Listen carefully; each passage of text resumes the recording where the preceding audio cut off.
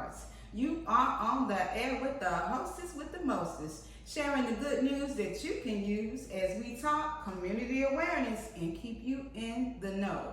I am Angela McNeil Woods, aliasly known as That Laurel Hill Girl. And today, you guys, let me tell you who is in the building. We have artist, singer, songwriter, Mrs. Shay Channel. Welcome to the show. Hello. Thank you for having me. Be entertainment. Let's get some sound effects going on.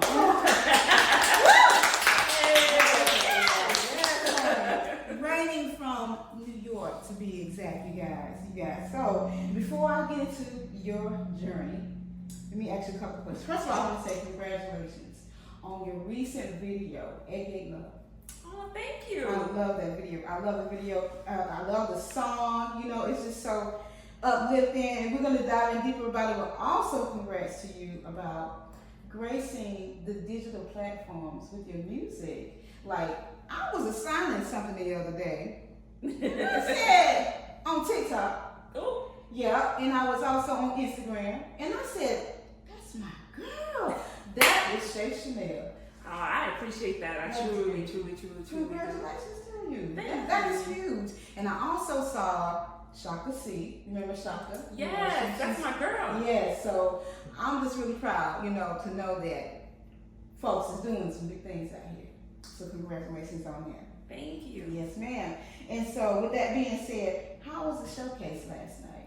The showcase was pretty dope. Mm-hmm. The crowd was energetic. They were lively. I like that they have, right before an actor performer will go on stage, the host will call out a certain thing and then we all would just like sound off. Like I liked the energy. Yeah. Because being honest, like I get nervous. I'm shaking in my boots all the time right Yeah. before I go on stage. I appear to be cool as a cucumber. I was gonna say not you. But in the depths of my soul on the inside, I'm nervous. So those kinds of things kind of help to like calm, the nerves. And I'm just able to enjoy everybody else until it's time for me to go up there. But I had a good time. I'm so glad that we made the trip again. That's good. Now that was the Sound Charlotte. Yes. Yes, that's awesome. That's Yes. awesome. Okay, and you're going to tell us about the good news because they want you back.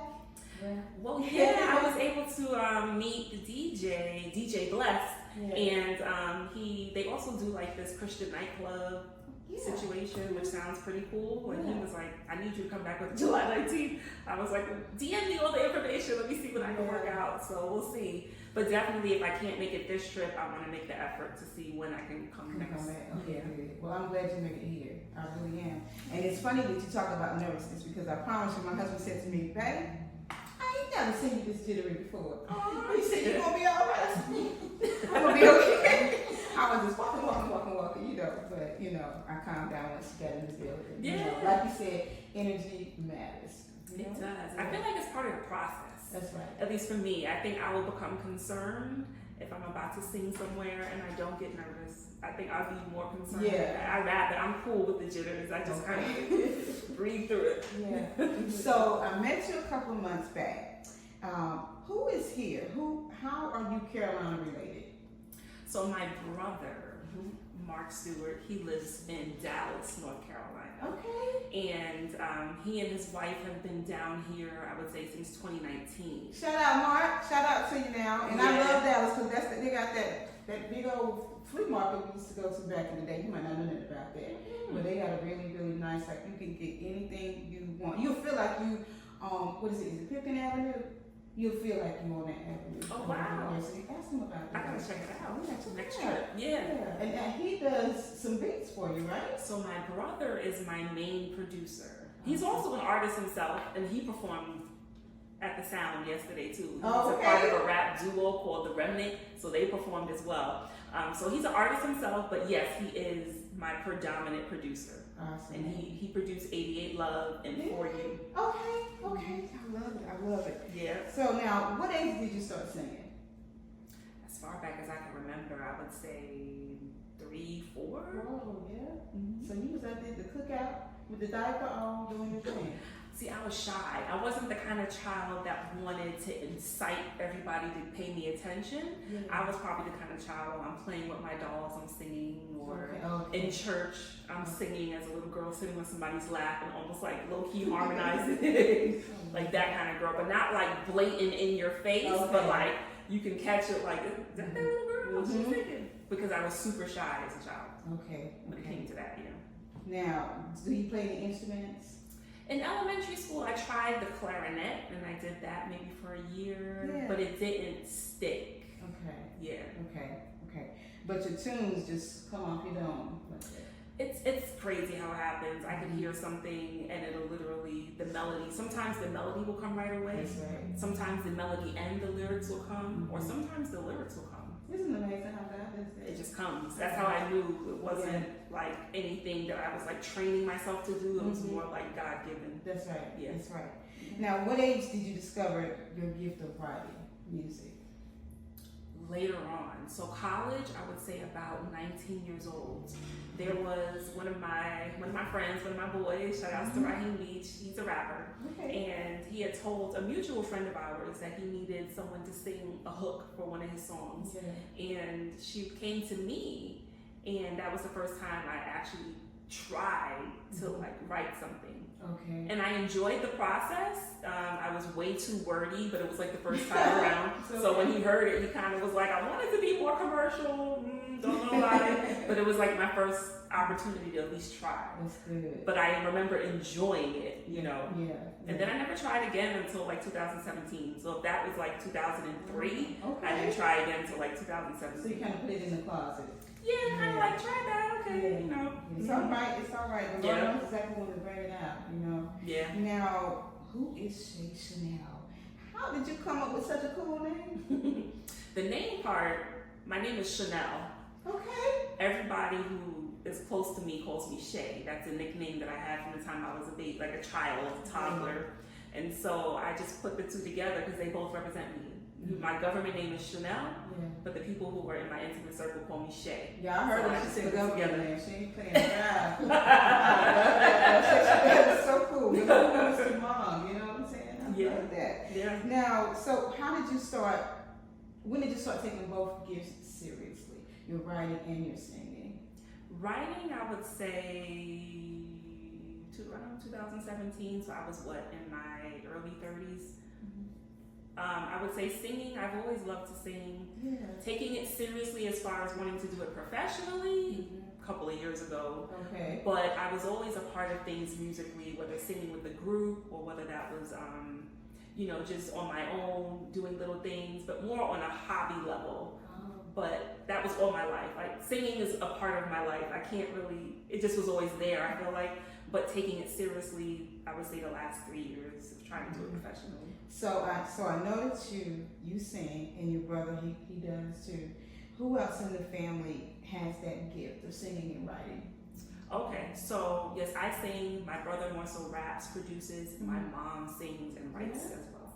Okay, what's mom's name? Mom's name is Pat Stewart. Hey, Miss Pat. How you doing? Shout out, Mama. You have a beautiful baby here. And I'm so glad I met her. So I can harass a little bit. So, my next question, I'm so sorry, I gotta get into it now. I want the folks to know. So when did you started singing professionally? Was it in high school, or were you singing at weddings and doing little different things? I saw you at a wedding, singing for somebody.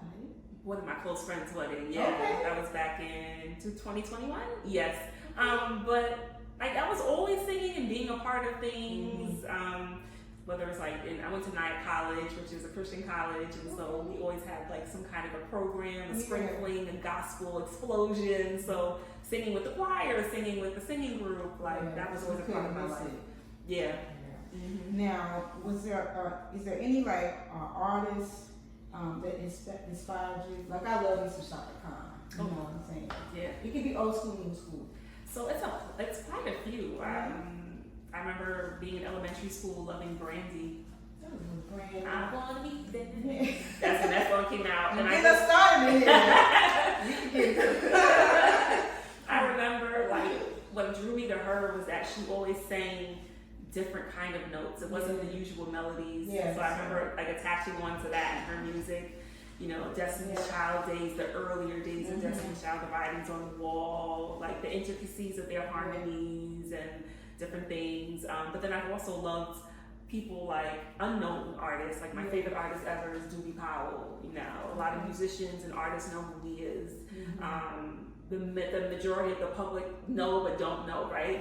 But so I've always had those underground artists that I love, even though he's independent and out there now. But I've also loved I don't know, everybody, Brandy, Monica, Maya, the legends like Whitney Houston and Shaka Khan and Angie Stone. And I like groups like the Spinners and the Shy Lights. So it like expands. You're a musical baby. Yeah. You can't help it. Yeah. Mama was playing music in the background back in the day. So my mom, it was all about the gospel and the CD 101.9 jazz station. Yeah. So I love jazz, so it comes from that. You know, and then the gospel comes from her, like the Clark sisters and Yolanda Adams and CeCe Winans and like Andre Crouch, like all of that. John P. Key comes from like my mom. And my brother, because he's 4 years older than me, I used to always sneak in his room when he was out with his friends. And I would, he had, not then, but now, but he had a serious library. Like he worked at a grocery store called Wallbombs, and he would spend his check on buying CDs. And I would go in and listen. So that's where I got my hip hop knowledge of like a Tribe Called Quest and like Jay-Z and like all the Snoops and all of them, Nas. So I just I had a lot of different loves when it comes to music. That's good. Yeah. That's good. Now, when did you know you needed management? When I decided to do it for real, I know I was working with my current manager, Bev. Shout out to Bev. Shout out to Bev. My Big Beat Entertainment. Yes. And my late manager, Larry, God rest his soul, I was working for them singing references for their songwriter at the time. And it was months of working together, and they used to ask me, would you ever go solo? And I was like with a group at the time, and I'm like, no, I'm working on a song with my group, and you know, that was where I was mentally. But then over time, I realized, and I started to feel like as though God was giving me a sense of urgency, like, you know, you need to finally go out on your own.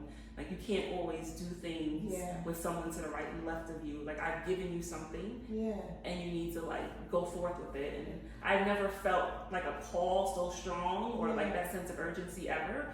And I'm like, this was not the plan. I am not supposed to be a solo artist. Like, this was not what it was supposed to be. But I felt like I needed to just heed the call. That's right. And so at that point, I knew it's hard to do it by yourself as a new artist. And some people would even say that I prematurely kind of like assembled a team or got management. But I think, no, I tend to do things very unorthodox. That's just my personality anyway. But I felt like, no, this is necessary. Like, I can't do this on my own. I mean, I had knowledge of the business and did my research and still do, but you really do need the help. And so I was like, you know what, let's give it a try. What do I have to lose? You know.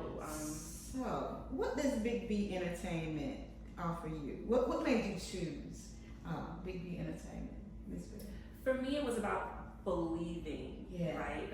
Some people, it's all about who they've worked with before and, you know, wanting to make sure your resume is like desirable and pristine. And I get that, but for me, it was more about, do you really believe in what I'm about and what I'm doing and what the vision is? Do you understand it and do you believe in it? And once I saw that they understood it and they believed in it and it just felt right, I said, okay, all right, let's do it, you know. So that's what's important to me, because when you're a new artist and there are no budgets and you're grinding it out, you see us driving from New York, piling in the SUV and coming down here, you know, that takes resources, it takes, you know, we're giving more than we're receiving at this point, right? Financially or things of that nature. So you need people who believe in it, like, because they're going to be the ones who want to get it out the mud with you. And so that's why, shout outs to my team, Bev, who's my manager, Denise, who's like my road manager, she hits the streets with me, Miss Lynn, who is like, she helps out with the marketing and all the things, and it just, we come together, 4 women who are able to put their gifts together for one common goal. So I'm super thankful and appreciative. I love it. Now, I call y'all team fam, because the conversations and the vibes that I've had with your management continuously with Miss Bev, is that she really, really wants you to win. You know what I'm saying? And that's important. Very. I mean, because it's hard for your own family and friends to want you to win. Don't get us started, okay? But I see that. You know what I'm saying? And I love that. Now, have you always done gospel? No. Okay. So my brother and I, we did an EP. When you asked me when did I start taking like songwriting seriously, I wrote the songs, he produced the songs, and we did an EP called The Complex Simplicity of Me. And that was it's a positive message, but it was more along the lines of like an R&B. I was always teetering, if I'm being honest, and a big part of my music and my project is going to speak to this. I've, for years of my adult life, had one foot in the church and one foot out. So there are moments of my life where it was all about the love songs and the R&B and all that, and now I'm at a phase in my life where like, nah, Lord, I'm gonna give this to you. Like I've been one foot in and one foot out for too long. Let me just, this is you. I'm giving this to you. And so there was points where I still write R&B records, but for other people, right? So I'm always writing and trying to build a catalog because I would love to write for other artists as well. And I get that R&B is a genre that I feel like I'm gifted in writing in as well. So for me, my message is inspirational. It's about Jesus, it's about God. But I also am okay with writing songs that are about love for another artist. That's gifted. I love that. Now, have you always been writing hooks and jingles? Because I love that hook that you did with, what's his name? I'm gonna say, if I'm wrong now, you tell me. Is it Johan Hunters or Jan? Oh, Jan. I love Jan. Jan, I want to reach in. You already know. I want to work with you, Jan. But yes, I'm always drawn to his music. And you never left me. That's the one of the ones that you did with him. Oh, I've heard so many duets. Like, I just will jump on his stuff and do TikTok duets. But I appreciate that. Oh, man, I'm telling you. I did my deep dive. And so you answered one of the questions I was going to ask you. You do write for others? Yes. Now, have I landed a placement yet? No, but I'm hopeful. But there was a period of time where I was specifically writing for a gospel group. Unfortunately, it didn't result in me landing a placement. But I have taken a stab at writing for others. So you probably started dealing with ASCAP. You know, the Writers Association. I'm with BMI, but yes. Look at you.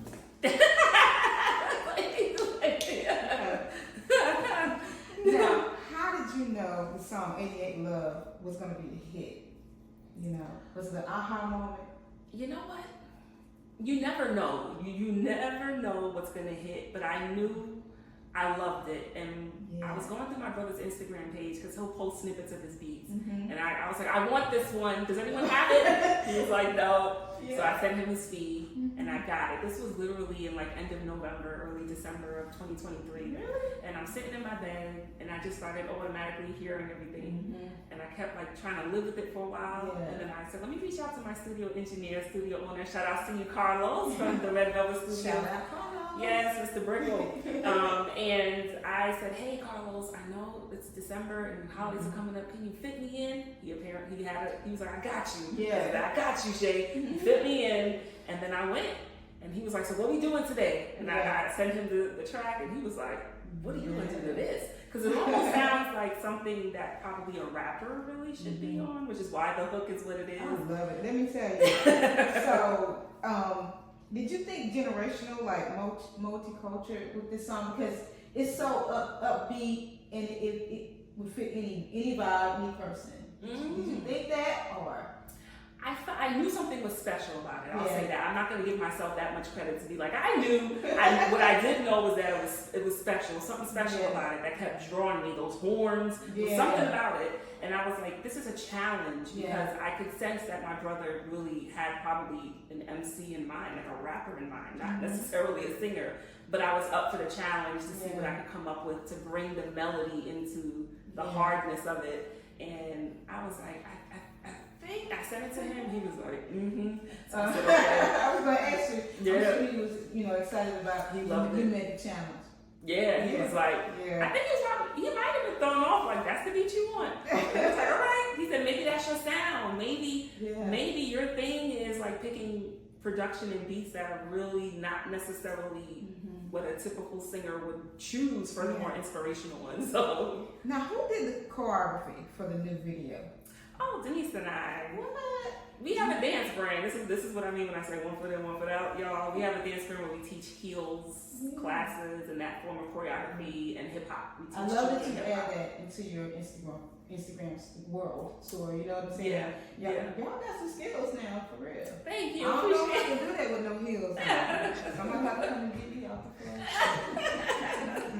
But we choreographed it, and in all transparency, it was supposed to be more than that, but it was just so much happening. We had just come back from town, from being out here in Rock Hill. Okay. And so it was just a lot going on, and so, you know, we were just like, let's simplify it, but at least add. I wanted to add that, because that's a part of me too. As much as I love to sing and write songs, I also love to dance.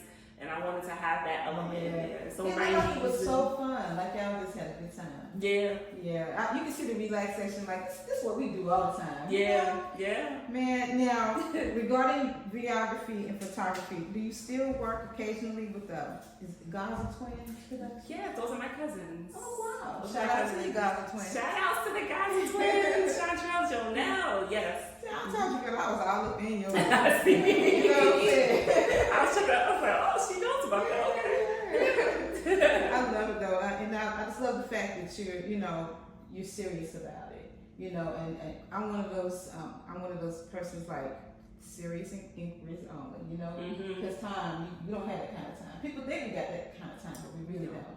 Right. You know, what's the little hook? Don't drink the wine before it's time. But I say right now, you better get something on your mind before it's time. The Lord is not playing, honey. That's right. You tell it with this heat and these storms, you know? Yeah. No, that's one of the biggest mantras that I live by, that life is so short. Yeah. You know, even just a month ago, I was supposed to have been out here at the end of May, but my mom got really, really sick and had to have like surgery and stuff. She's doing better? She's a lot better, thank you. Good. But, you know, that just reminded me of how you just never know. You know what I'm saying? It was touch and go. We didn't know if her situation was like very serious for terminal, or if it was something that, you know, she could have surgery and move forward from. Praise be to Jesus. It's something that she was able to have surgery and go back to being healthy. But that just even reminded me, like, we don't have time to waste. And going back to that sense of urgency that I feel like God has given me, it's like I'm serious, and it's like, all right, Lord, like, what is it? Lead me, and let's make it happen, because I don't know. We never know when it's your last time, and I would like to leave a stamp on the world or an imprint that draws them to Him ultimately. So that's kind of my personal goal. Great stuff. I love that. Now, are you touring right now?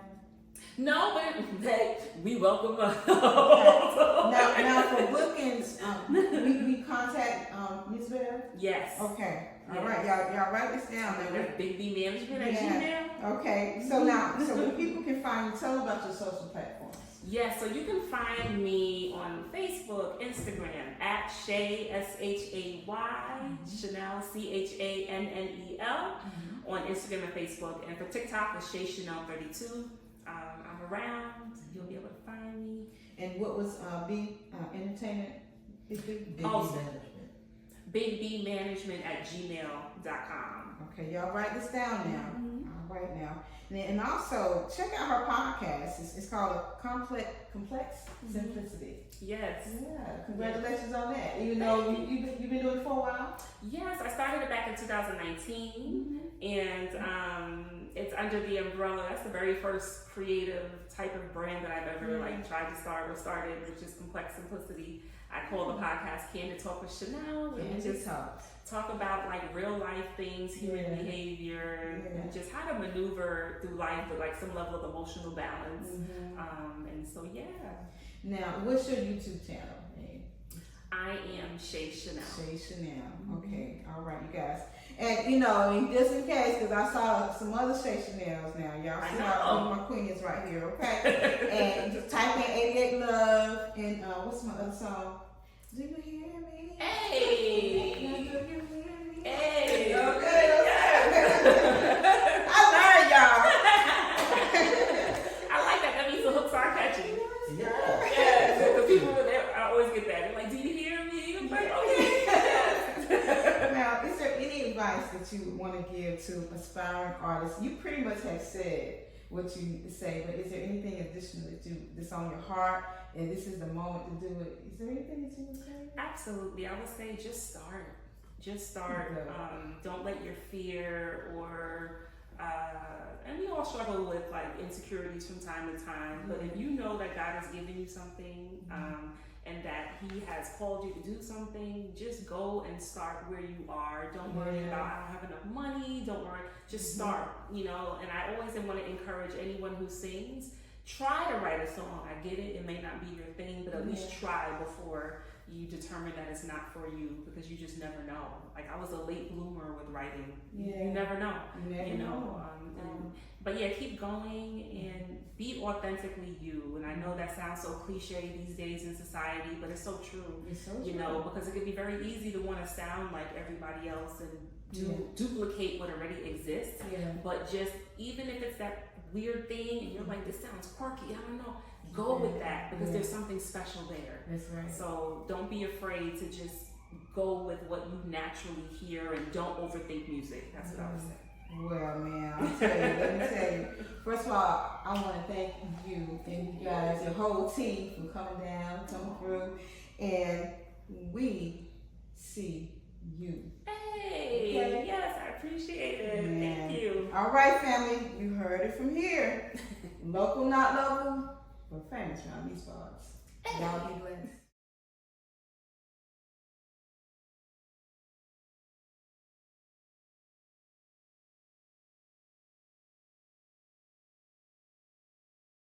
YouTube.